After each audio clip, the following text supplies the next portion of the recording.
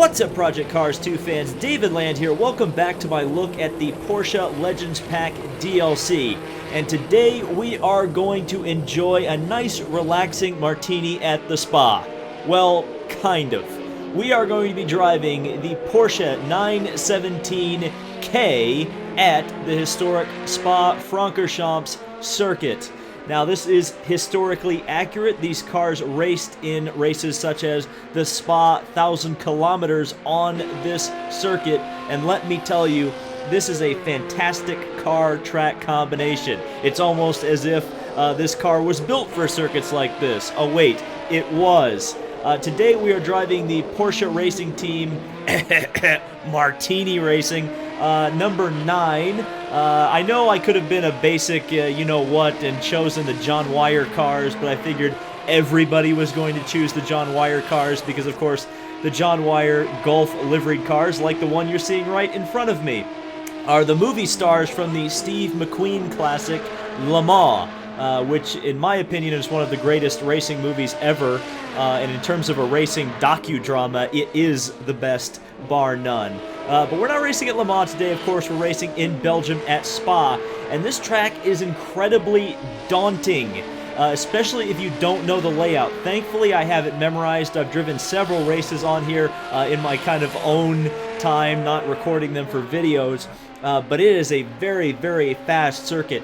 In real life, in this car, the Porsche 917s averaged 150 miles per hour around here. I believe that record was set by Pedro Rodriguez in one of the John Wyer Gulf racing cars. As you can see, I'm going through perhaps the most difficult and daunting corner on the whole track. No, it's not a Rouge. It is the Masta Kink on the Masta Straight, which, as you can see, I'm on here. Kind of the answer to the Mulsanne Straight for Spa, and then into Stavolo here. So many amazing corners, and it's just such a fast track. It's going to be crazy. I've got the AI at 110%. That may be a bit high. We'll have to see. But the aggression level I've put down at 20%, because otherwise the AI go absolutely balls to the wall on this track. They are nuts. They are crazy. So I'm trying to program the AI to have a little bit of the fear factor that a real human being would have at a track as daunting and as scary as Spa Francorchamps. So, here we go. Hopefully we can keep it on the road for 5 full laps, and just to kind of add insult to injury, we're going to be doing it in the sunrise. So headlights are also going to be a factor in this race. It's a beautiful track. Just look how beautiful this is. Houses on the side of the road, trees on the side of the road, no safer barriers or runoff areas here. It's Spa, and let's enjoy a relaxing martini. So here we are at historic Spa Francorchamps. We're working into the La Source hairpin, which of course on the modern circuit is the first corner. Not on the historic course. You go straight past the start-finish line into Eau Rouge, and here we go. We're racing. Keeping the car in third gear, just get it down on the brakes and up Eau Rouge, or I guess up Radion. This little corner is Eau Rouge, technically, if we're being technical. As we work past one of the Salzburg Porsches as well as one of the John Wyer cars. We got another John Wyer Porsche ahead of me, and another of the cars that I'm not really sure which team it's from. I know some of the teams, I know some of the drivers, I don't know them all. Down into third gear. We're actually on the Kemmel Straight right now. It's not very straight in this version of Spa, and now this corner leads us out onto the public roads, which are still in use. They're just no longer racing circuit. Oh, off the track just a little bit. Kicked up some dirt. Here comes the John Wyer car around. If you lose momentum on this track, you get eaten alive. It's kind of like an oval in that sense. Oh, is the Salzburg Porsche almost got into the back of me there. We're just going to be very, very cautious here.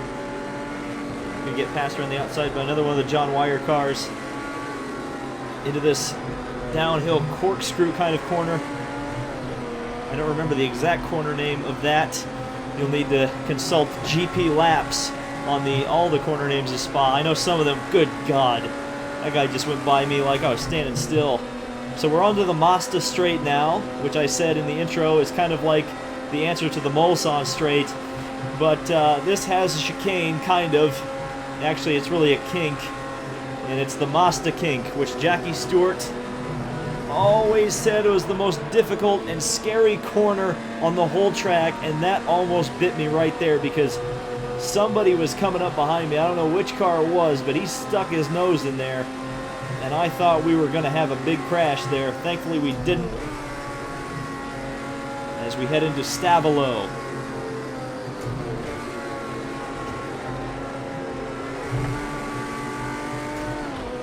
And onto the back straightaway.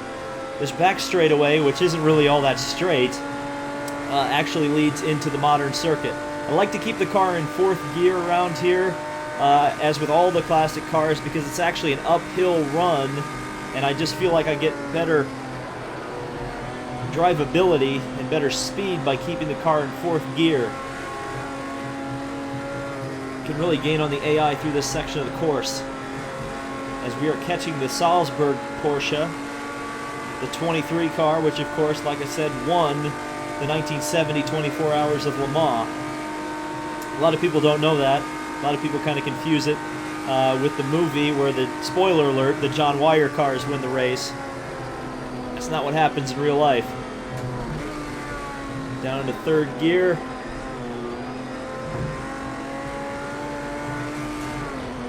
And we're already coming back around to complete the first lap of the race. So even though this is a very long track, lap times in this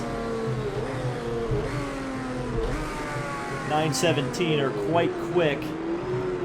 As we head into the La Source. And out of La Source. Careful not to spin up the wheels too much.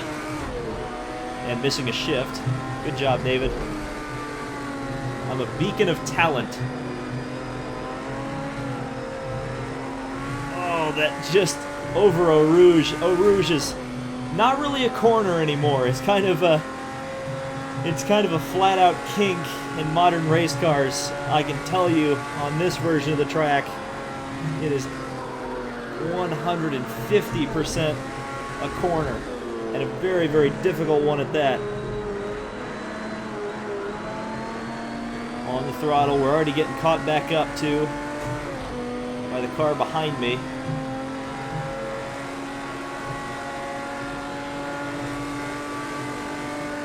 Careful the guy behind us, try and take that pace off you. Think about your left.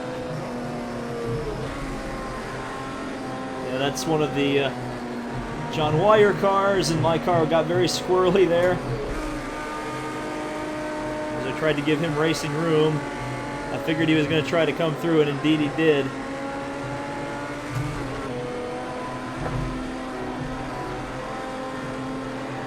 That corner right before this one is so crucial because it's all your run. Oh, why did he run into the back of me? Do you not notice I have enough going on here? I don't need to be bump drafted on the Mazda straight. And we've got another car coming up behind me. I'm just going to let him through. Oh, as I got in the dirt there. Ooh. Car was absolutely all over the place. We got another one coming to the inside of me. It's Porsche 917, or Porsche number 17, I should say. That's kind of appropriate.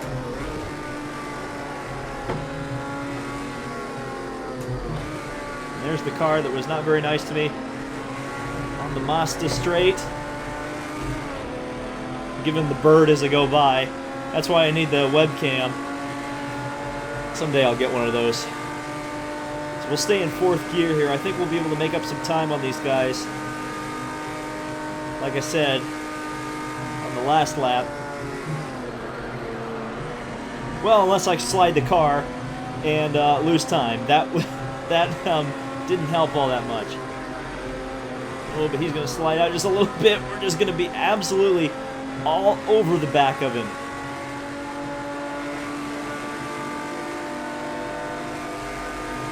No 5th gear for me. I'm going to keep it in 4th, just try to power around him, use some torque. Well, he got up into his 5th gear, I suspect.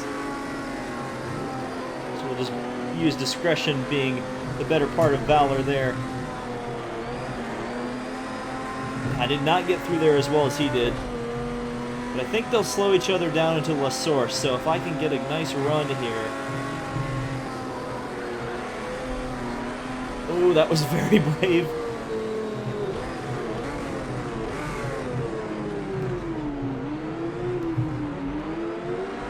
Look at the speed he's carrying off of La Source. Couldn't quite match that. If I get a good Eau Rouge, I think I may be able to get him back.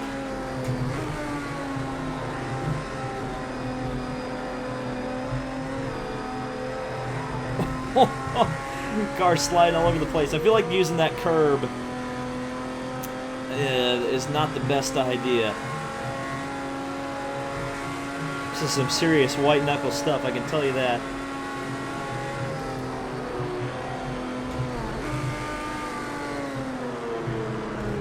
Oh, Code Brown. Code Brown, that was a big slide. And not a slide I like.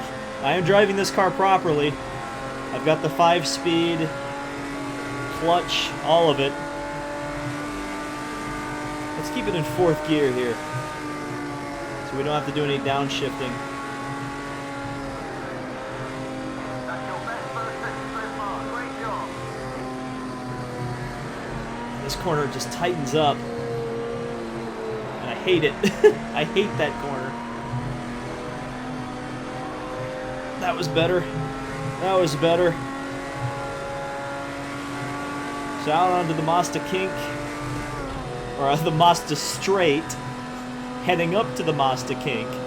Let's see if we can do a little bit better this time. The sun is definitely rising quite a bit, so Spa in the springtime, it's a good choice to go with 7 o'clock in the morning, which is when I've chosen this race to be, because it's just a beautiful time of day to have a race. Maybe if I get down to 4th gear there, I'm not sure what's the best course of action, because it goes downhill into Stavelot here, and you pick up a ton of revs.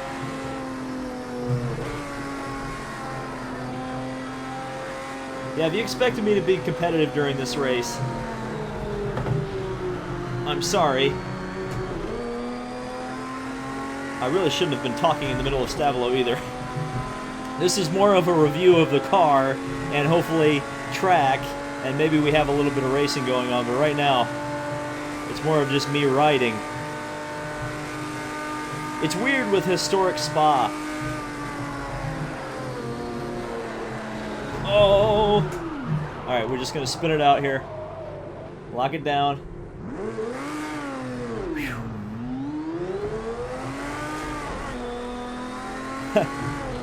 It's weird with historic Spa, because sometimes when you race the AI around here, they're way, way slower than you, and a lot of times they're way, way faster than you. It's just kind of a hit or miss thing.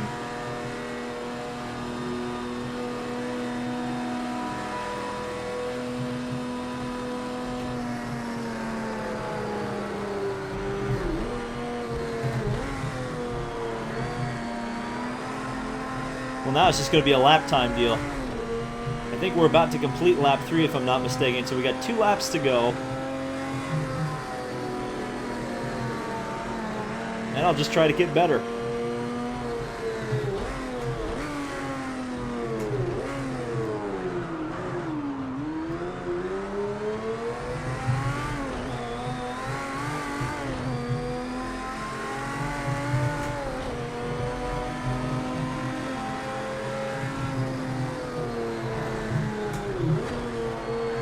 Boy, that was a bit late to be getting down into 3rd gear there, but it was a ballsy move, but I think it kind of paid off there. That was pretty fast, I would say.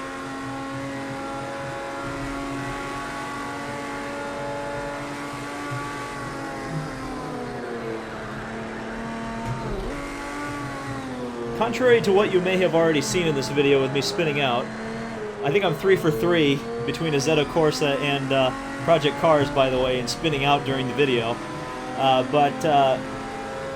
This actually is a pretty user-friendly car to drive. Obviously, it's very, very fast, and it is quite daunting, but the slides are catchable in this car. it's not unpredictable. I would say the 917 Can-Am car falls into the unpredictable category, where it's tough to drive because it's just a beast. This one, it's a lot more calm.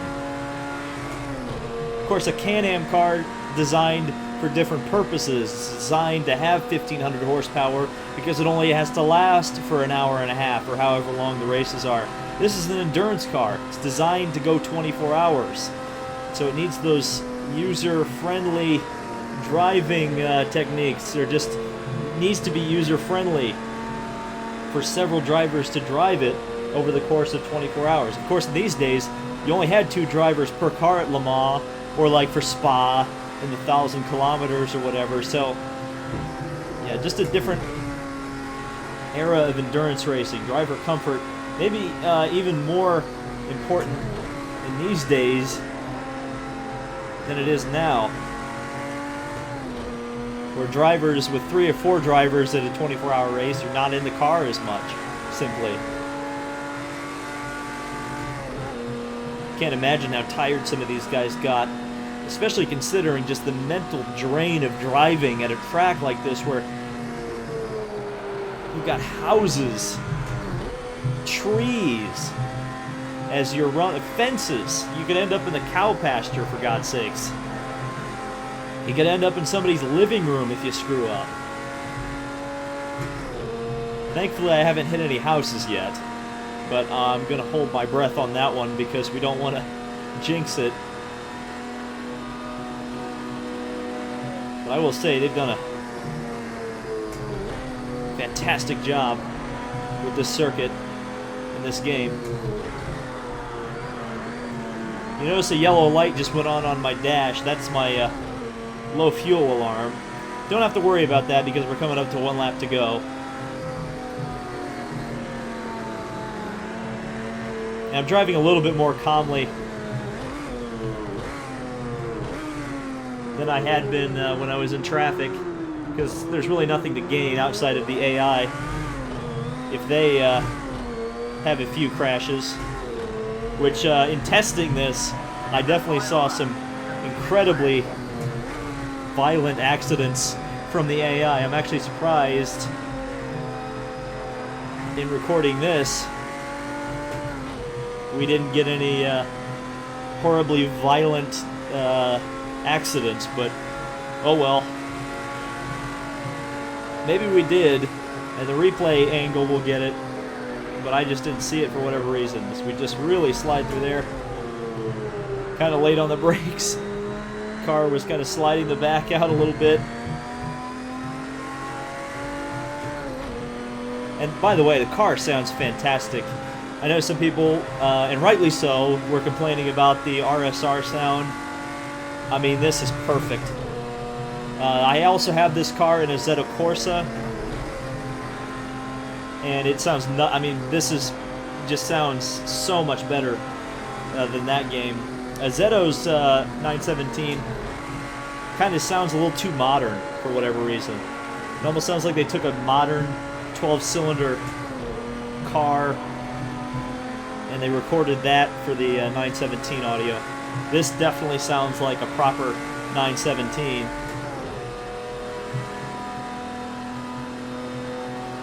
And that's the thing, is that I am so thankful that the EA exclusivity deal is done with Porsche.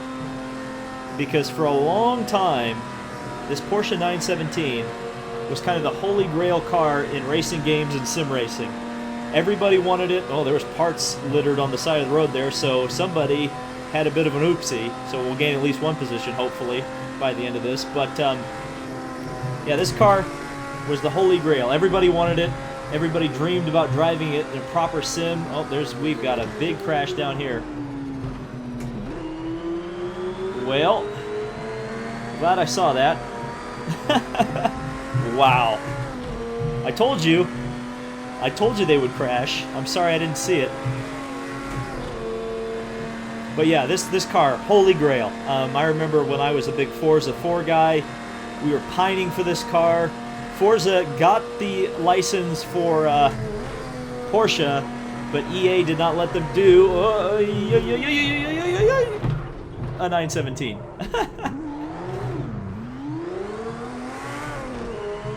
I think well, we're not too badly damaged, I don't think. That was just me reminiscing about things and not paying attention to the road. I've definitely not been driving these last couple laps particularly hard, if you could tell. But yeah, I'm just so thankful that these are finally in the game for me to experience. At the moment, this is a Lone Ranger in what Project Cars is calling their Vintage Prototype A class. But from what I understand, there are a couple friends coming to compete with it in the next couple DLC packs. Particularly the Langhek version of this car, which is the long-tail version if you don't speak German, which I don't either, I just don't know what that means. And the Ferrari 512, which of course starred in the movie along with this car in Le Mans. So here we come out of the La Source hairpin for the final time. This was a race at Historic Spa. I didn't quite have the AI settings right, but hey, it was still pretty fun, even though I would have died about 3 times during this video with my terrible driving. So here's the finishing order if you are interested. The best lap from the AI was a 3:18. Let's go down here to me, who finished in 12th position. Yeah, I did a 3:26, so clearly I didn't quite have the AI balanced properly. That's an 8-second difference.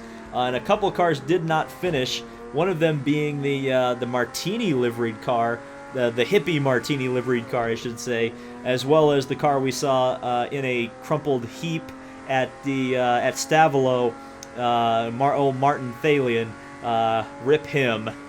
So how cool was this? Porsche 917s at Spa Historic. I had a blast filming this video. I wish I could have driven better, and I wish I would have had the AI a little bit better balanced. I think I may need to do some more Spa Historic racing in the future, because I'm really starting to love this track. I'm really starting to get a feel for it, and really starting to understand how to go fast around here. I think a few more races around here and I'll be just as fast as anybody. But thank you guys so much for watching. If you'd like me to do any other Porsche stuff from this DLC, let me know down in the comments. I think my next video is going to be on the 908 open top Porsche.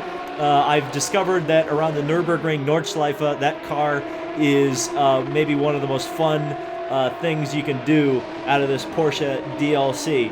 So a little bit more historical racing. I love the history of the sport, as you can maybe tell throughout this video, and certainly it's fun to kind of live vicariously through a video game, kind of pretending I was racing with Vic Elford and Pedro Rodriguez and a lot of the incredible drivers from this era. So thank you guys so much for watching. Leave a like on this video if you enjoyed it, and we'll see you in the next video.